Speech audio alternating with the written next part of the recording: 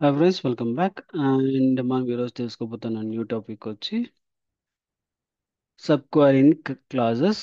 And దాన్ని మనం drive tables అని కూడా అంటాము. ఓకే. సబ్ క్వైరీస్లో మనం ఫస్ట్గా తెలుసుకోబోతుంది వచ్చి ఫామ్, ఫ్రమ్. ఓకే. ఫ్రమ్ అనేది ఒక క్లాస్. ఓకే, మనం బేసిక్ ఎక్కడ వాడతాం దీన్ని? Select star from employee table. Okay, ఇలాంటి కేసెస్లో మనం వాడతాం, రైట్? ఆ ఫామ్ తర్వాత నేను నా పర్టికులర్ కండిషన్స్ని వాడాలి. అలాంటివి ఎలా చేస్తాము అనేది ఇప్పుడు మనం చూద్దాం. ఓకే, ఇక్కడ చూడండి. ఇప్పుడు మనకి దీంట్లో ఓకే, అండ్ మనకు select department ID. Okay, and average salary కింద మనం ఒక వేరియబుల్ తీసుకుందాం.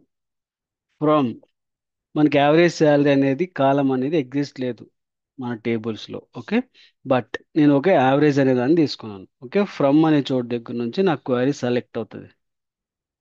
ఓకే, ఏం రాస్తాం ఇక్కడ? Select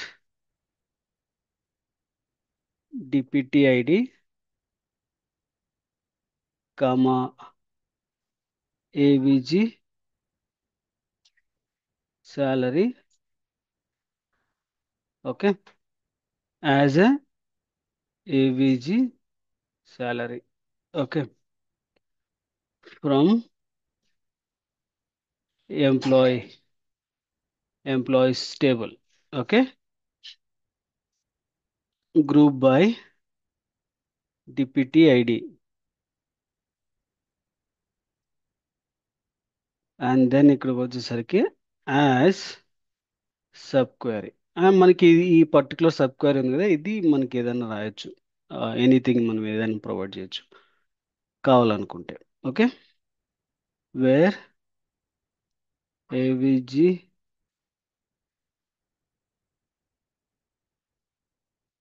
salary is greater the 6,000. Okay, ఇది మన ఫామ్ దగ్గర నుంచి మనం రాస్తున్న క్వైరీ అన్నమాట. ఇప్పుడు దీన్ని ఎగ్జిక్యూట్ చేస్తే చూడండి, two different kind of values వచ్చాయి. ఓకే, ఇలా మనము తీయచ్చు అనమాట. ఓకే, ఫామ్ దగ్గర నుంచి. అండ్ ఇంకా మనకి ఇన్సర్ట్ అనే కండిషన్ కూడా ఉంటుంది. ఓకే, ఇన్సర్ట్ దగ్గర కూడా మనము యూజ్ చేయొచ్చు. ఇన్సర్ట్ అంటే ఎలాంటి చేస్తాం? కానీ కొత్త రికార్డ్ డిఫైన్ చేయాలి, బట్ నాకు యూజర్ తెలుసు తను, కానీ డిపార్ట్మెంట్ తెలియదు. అటువంటి కేసెస్లో మనకు ఆ డిపార్ట్మెంట్ ఐడి డిఫైన్ చేయాలి అన్నప్పుడు చేసుకోవచ్చు. లేదు, ఇంకేంటంటే ఎంప్లాయీ ఎవరు అన్నారు, బట్ డిసిగ్నేషన్ కానీ డిపార్ట్మెంట్ కానీ తెలియదు, బట్ నాకు అతను పని చేసి ఒక అదర్ ఎంప్లాయీస్ ఉంటారు కదా, అతను తెలుసు, కానీ వాళ్ళ డిపార్ట్మెంట్ తెలియదు. అతని డిపార్ట్మెంట్ని పుల్ అవుట్ చేసి నేను అప్డేట్ చేయాలి. ఇటువంటి కేసెస్ కూడా చేయొచ్చు అనమాట. ఓకే, దాన్ని ఇన్సర్ట్ కండిషన్లో చేస్తాను. ఇప్పుడు నేను ఇన్సర్ట్లో ఇన్సర్ట్ చేస్తే ఎలా ఉంటుంది? Insert into employees. మనకి ఏం చేద్దాం? EMP ID comma name comma salary and deputy ID. Okay, దీని తర్వాత బేసిక్గా మనం రాయాల్సింది ఏంటి? వాల్యూస్ రాస్తాం. బేసిక్గా మనం వాల్యూస్ రాస్తాం, కానీ ఇక్కడ మనం వాల్యూస్ రాయమన్నమాట. వాల్యూస్ రాయకోకుండా నేను డైరెక్ట్గా సెలెక్ట్ క్వైరీ రాస్తాను. సెలెక్ట్, నేను ఇక్కడ 7. ఓకే, మనకు ఫస్ట్ ఇందులో ఇన్సర్ట్ చేసేదానికన్నా ముందు ఎంతమంది ఉన్నారనేది చెక్ చేయాలి. From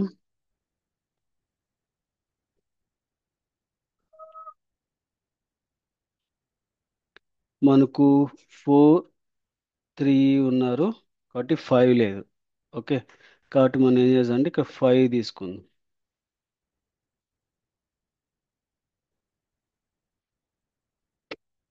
okay, 5. నేమ్ వచ్చేదానికి టెస్టింగ్. ఓకే. అండ్ దెన్ మనకు 622 salary.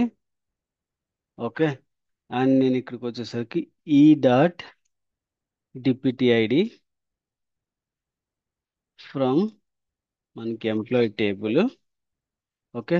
Wear e dot and name is equal to అబ్బాబ్.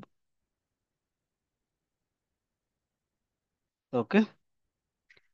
And మనకు లిమిట్ రాయాలి. ఒక్కొక్కసారి మన టేబుల్లో ఇద్దరు కండిషన్స్ ఉన్నాయంటే మనం ఒక కండిషన్ మాత్రమే తీసుకుంటాం అనమాట. ఓకే.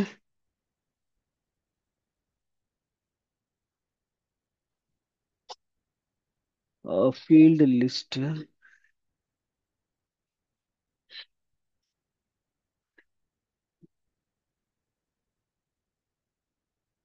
అన్నోన్ కాలం ఈ డాట్ డిపార్ట్మెంట్. ఓ సారీ, ఇక్కడ ఈ ప్రొవైడ్ చేయ మర్చిపోయా, సారీ. ఇప్పుడు చూడండి అప్డేట్ అయింది. ఓకే. ఇప్పుడు దీనికి మనము select staff employees,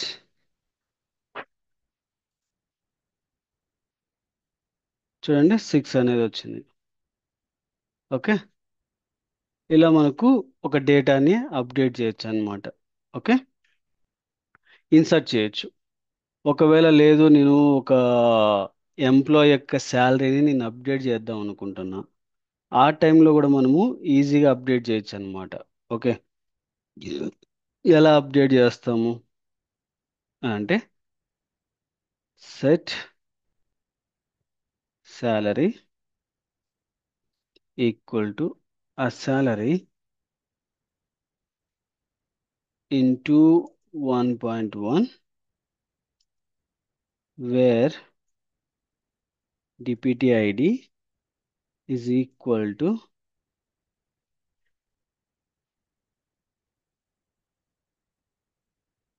select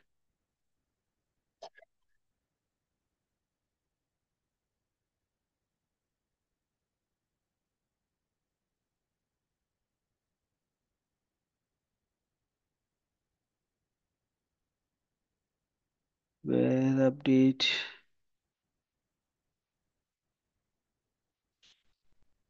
update employees, set salary, and where select DPT ID from department where DPT name is equal to IT. Okay. And ఇక్కడ మనకు చూసుకుంటే ఇక్కడ మనకు 101 అట్లా ఉన్నాయి కదా. ఇప్పుడు దీంట్లో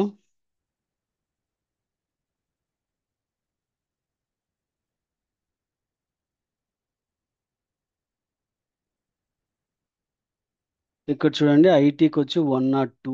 ఓకే. 102 కాబట్టి ఇక్కడ చూస్తే 102 యొక్క శాలరీ 700 7,000 ఉంది అండ్ 6,200 ఉంది. ఓకే. అండ్ ఇప్పుడు దీన్ని ఎగ్జిక్యూట్ చేస్తాక ఎలా ఉంటుందో చూద్దాం. ఇక్కడ అప్డేట్ అవ్వలేదు.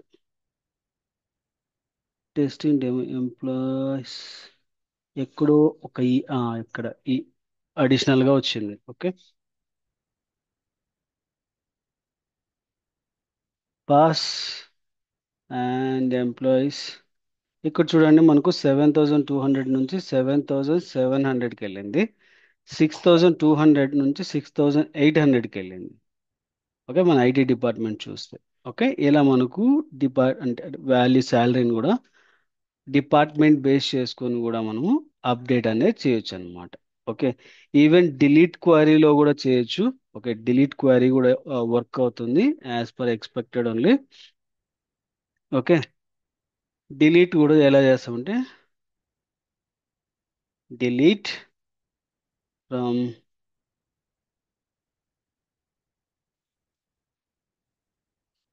employees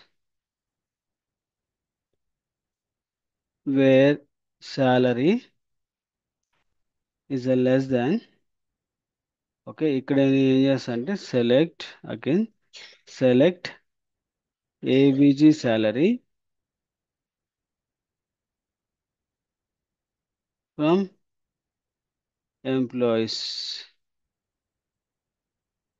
ఓకే, ఇప్పుడు పర్టికులర్గా డిలీట్ యావరేజ్ శాలరీ ఏదన్నా ఉంటే దాన్ని డిలీట్ కావాలి. ఇప్పుడు మనకుండే 6 ఉన్నాయి ఇక్కడ చూడండి. Oh shut, you cannot specify the target employees for updating from the class.